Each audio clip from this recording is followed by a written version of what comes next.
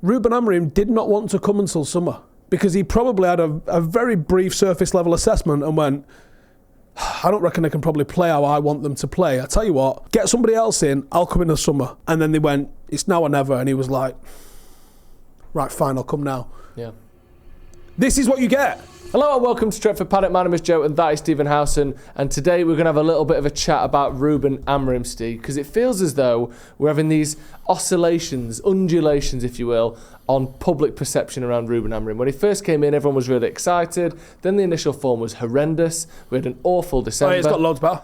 Well, it did actually sort of tick up a little bit. We beat Arsenal, we got through to the next round of the Europa League, we had a couple of half-decent results at the start of the year, and then I don't think we've won a game for over a month now, or pushing a month since we've won a game.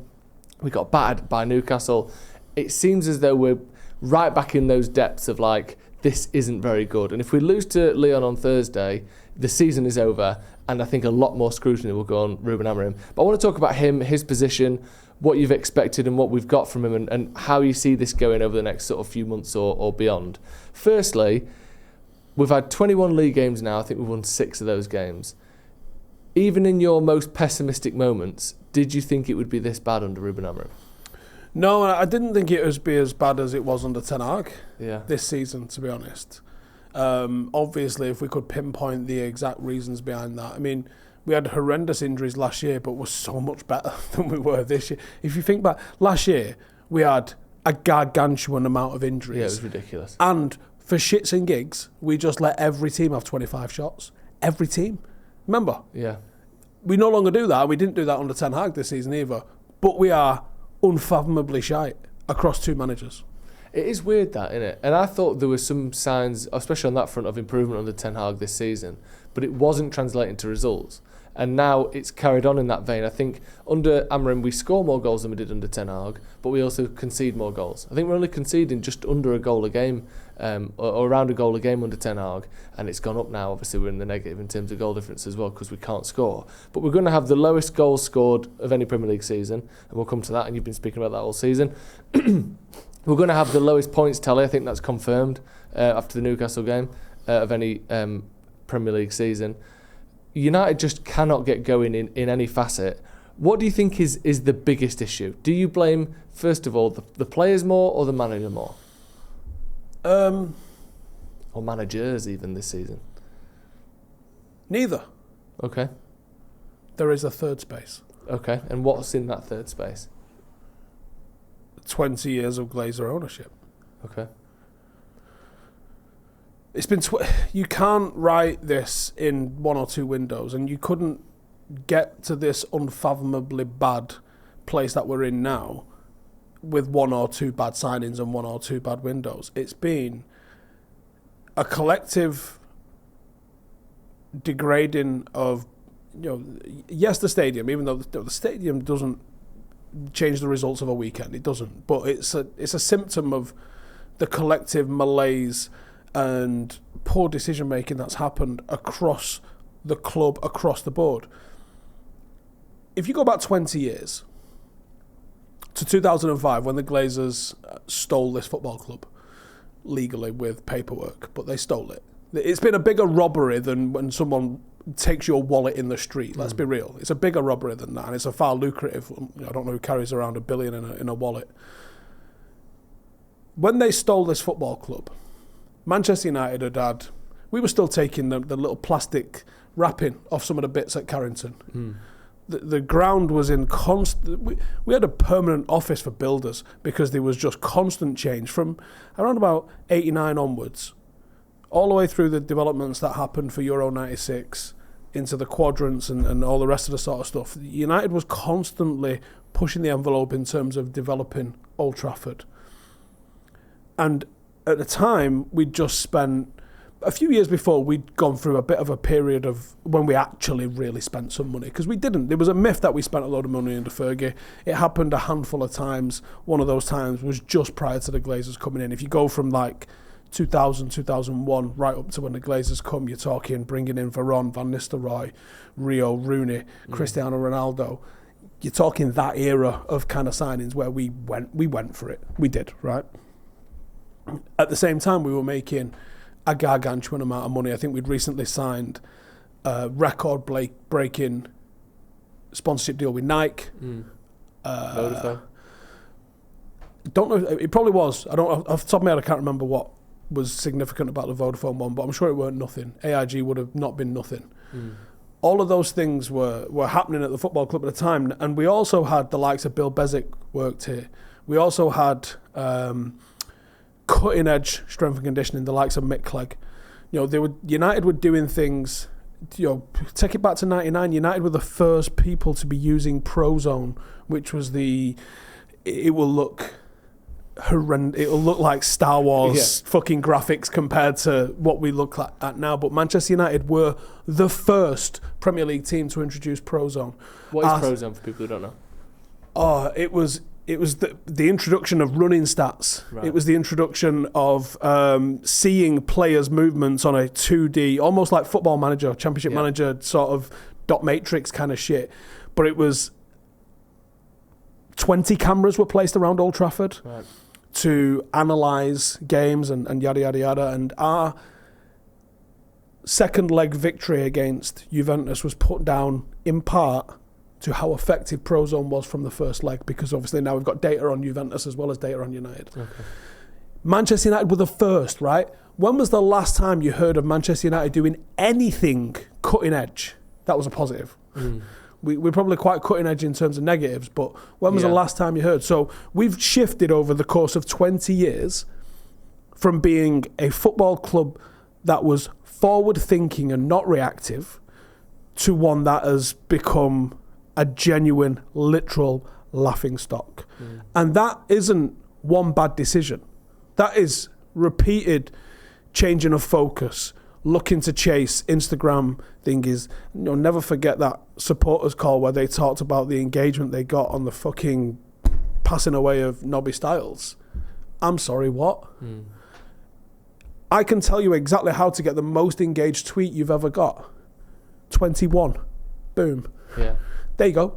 But it genuinely, with the way Manchester United is followed, that's the sort of shit that 2 days later you go, this is the most retweeted photograph ever on Twitter. That's the sort of shit that United are capable of doing, right? It's not going to happen when it's nonsense. It requires success. And they've made a decision over 20 years, or a series of decisions over 20 years, where the success on the pitch has become secondary to basking in former glories, to pimping out sponsorships, and to fucking wibble, frankly. We'd taken our eye off the ball and forgot that you are a performance football club first. And that's why we've got to where we are. So you say, do I blame Ruben Amorim? No, Ruben Amorim did not want to come until summer, because he probably had a very brief surface level assessment and went, I don't reckon they can probably play how I want them to play. I tell you what, get somebody else in, I'll come in the summer. And then they went, it's now or never. And he was like, right, fine, I'll come now. Yeah. This is what you get. The guy did not want to be here right now, probably because this shit's going on his record. Those 6 in 21 wins in the Premier League, that's going to get flung in his face in 18 months' time. When his accumulative record is still fucking under 50. It's still worse than David Moyes. It's still worse than Ollie. It's still worse than every manager that we've had post Alex Ferguson. Even if we've improved and we are getting closer to what we're looking at, that's still going to get flung in his fucking face. Do I blame the players? No, because you're going to be pissed with the cock you got, right? So it's not their fault. They're shit. Do you know what I mean? I don't hate our players. I'm frustrated at the continual selection of some of those players. But every single one of those players has got every single right to get on the pitch and try their best. And if they do that, I don't care if they're shit, really. I don't hate them. I just think we could probably do better than him. Yeah. And I pretty much think that about almost every player at this football club. So obviously Tom Heaton aside. Tom Heaton aside, Happy who birthday. is leaving in the summer. There you go. Reports. We're in the shit. Him and Johnny Evans, that's it. It's over. That. Fucking shut the club down. Obviously, I completely agree with the assessment of how we've got here. Now we are here. Now we do have this situation we have in front of us. We do have to look more at the day-to-day of what is going wrong and how we can fix that. Because firstly, obviously, the Glazers are still here, but it does seem as though certainly more than ever. Jesus, take the wheel, innit? Jesus it's Christ. like I think basically Ratcliffe is doing and his team are doing what they want with Man United. Do you feel that? Do you feel like the imprint on from the Glazers is sort of shallower than ever? I'm trying to think of a good analogy, and I don't think I've got one. In terms of, let's just say they're absentee parents. Yeah, they're not really showing up, which is a good thing, I think, for United in terms of the possibility of improvement. We'll get back to the manager. On the players, you've spoken since before the season started, this attack isn't good enough. It's proven that more than we could have ever imagined, really, or maybe not more than you imagined. Like I said before, we're going to score fewer goals than we ever have in the Premier League. I think none of our attackers have scored more league goals than Scott McTominay has this season for Napoli, which is obviously just terrible. Do you think that there is anything worth sort of meat picking off the bones in that front line? Is there anyone you would keep and that you would think can be a success going forward, or do you think in an ideal world we have to sort of start again up top? Probably Xerxes. I do see that there's an intelligent footballer in him. Yeah. He doesn't score enough goals, but I do see things in his play that I go, I think there's a player there. Yeah. I see good decision making. I see his ability to drive through the centre of the pitch. I think he has to have runners beyond him. And there's nobody in this United team, fucking Dorgu aside, and not even really, Ahmad not fit. There's no runners. The one thing that Marcus Rashford brought to every team that he played in was that he would be on that last shoulder. We don't have a player in that profile. Garnacho's not that. I think he's more Sancho than Rashford in terms of like he kind of wants to play in between the lines a little bit and get in front of a defender, which I don't understand because unlike Sancho, who actually had an ability to go past a man, I don't really see that in Garnacho. I see him being way more of a defensive forward asset with his tenacity and pressing than I do with him being an in-possession forward asset. Okay. Hojlund, when you watch him from last season, and I went and watched, I think all of his shots. There was a video on Twitter which has compiled all his shots last season versus this season. It's not a long video. The difference in his movement and his entire all-round play is drastic. Is that a Ruud van Nistelrooy thing? Or a lack of a Ruud van Nistelrooy thing? Ruud wasn't here that long in the grand scheme of things. No. He only arrived in the summer though, didn't he? So he wasn't here last season. No, so actually maybe it isn't a Ruud van Nistelrooy thing because actually he was already doing that hand fighting shit this year. So all right, no, it isn't a Ruud van Nistelrooy thing. Is it a Benny McCarthy thing? Maybe. Because he was here last year and not been here this year. Yeah. He's been noticeably, significantly worse. And there's some excellent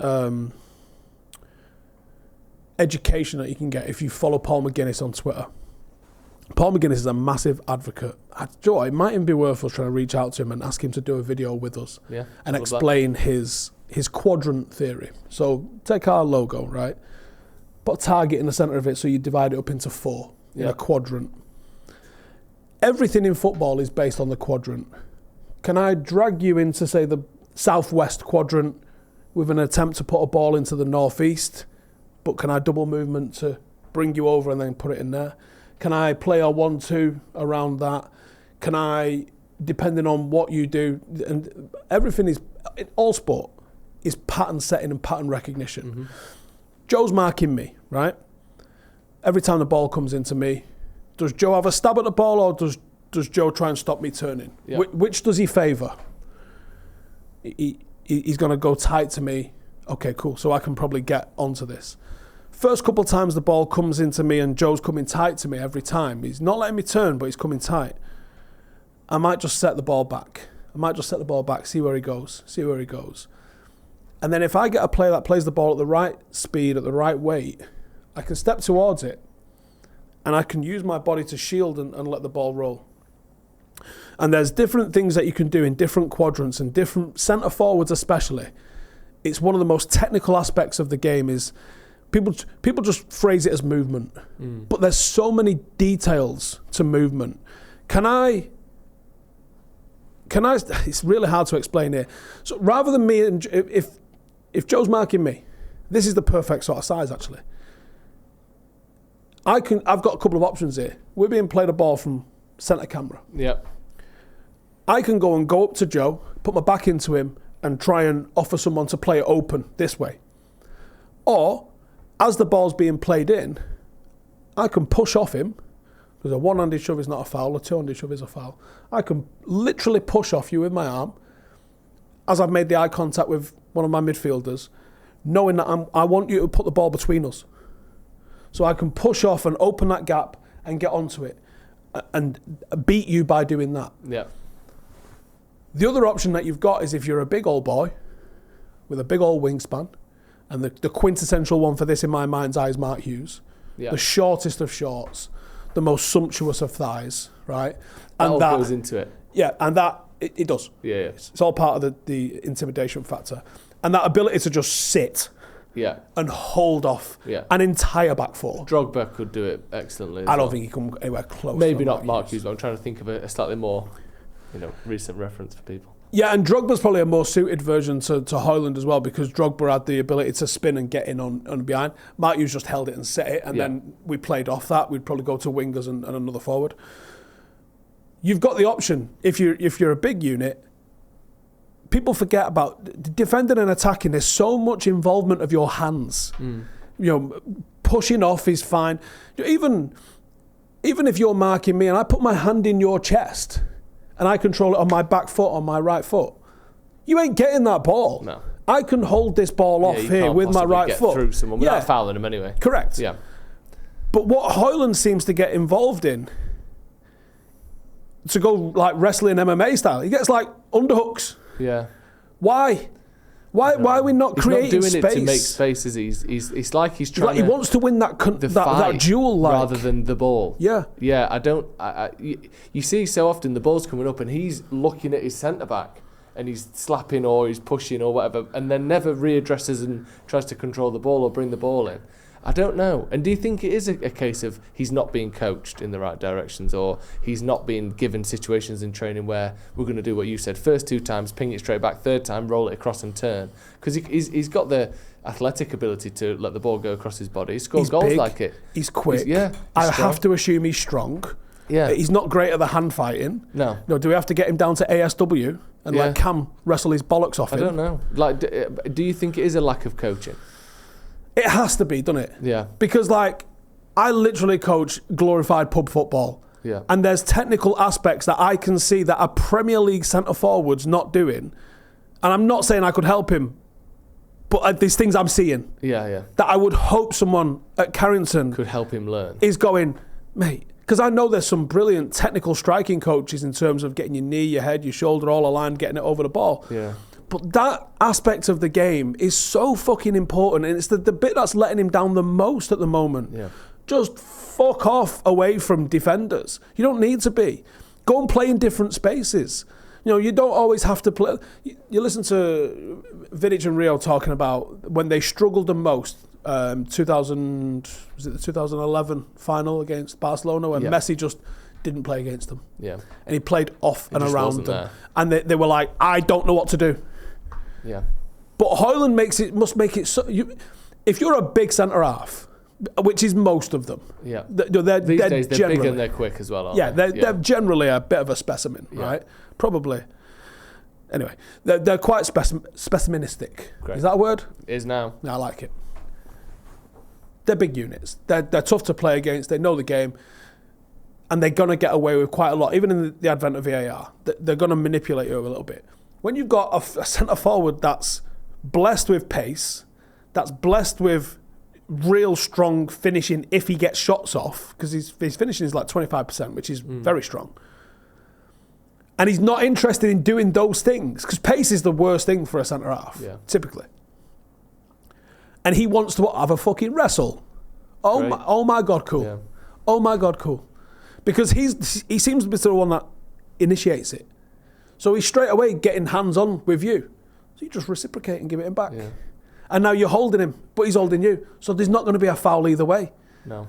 But now, as the ball's come and been played up... all you have to do is get your head on it at all and you've won. And what he has to do is get you out the way and bring it down or to a teammate. And get on the turn. Yeah, you can be far more just loose with what you do and you've won. Whereas he has to do something really difficult and beat you, push you off or whatever. So it does feel like his focus is winning the fight with the centre-back. And, I mean, not just that, but as a result of that and his teammates and not making chances, etc. What's he got? I think 8 goals this season in all competitions. 5 of those are in the Europa League. So it's obviously not good enough. Moving away from the strikers then, because like you said, I think that is probably the single biggest area of concern. Those 2 10s and the number 9. We concede a goal. I don't know what you felt on Sunday after the Newcastle game. We concede. There's zero confidence that this United team will get back into it. Yeah, no, I said the exact same thing on the watch. When it was 3-1 down, I thought, I'm just certain we've lost. In the past, I think we're probably going to lose this 3-1 down against it. But now, we cannot get 2 goals. We can't score 3 goals in one game away from home against a good team. I've just got no hope whatsoever. Looking at the manager generally then and the picture that he has in front of him, we finished this season, I think at the minute we're closer to 17th, we're 3 points above 17th, and we are 5 points behind 12th. So as it stands, we've got a better chance of finishing 1 place above the relegation zone than we have of finishing 12th, let alone top half. It's an utter disaster of a season. We get to the end of the season, let's even say we win the Europa League, great. Best case scenario, which is unlikely. We spend 150 million, 200 million in the summer because we've got the Champions League money, great. What does next season have to look like for Amorim to be safe? Do you see? Because if we're 10th by Christmas, do you worry that this season has been so bad that the leash is so short next season that he's almost doomed to fail the way Ten Hag was this year? Yeah, I do. Because Ten Hag seemingly got a vote of confidence. Yeah. Amidst everything else that was going on. And it didn't start great and he got the bullet. Yeah. How long... I mean, it's the $1 million question. How long are they going to give Amorim? And my worry is 200 million ain't going. You're throwing a sausage down the street. It ain't going to touch the sides, mate. You think? Yeah. But do you not? I do agree with you on one hand. I don't think it's going to turn us into a great side. But I think if you put world class, I know you can't get a load of world class players for that, but very, very good players do make a massive difference. And just by themselves sometimes.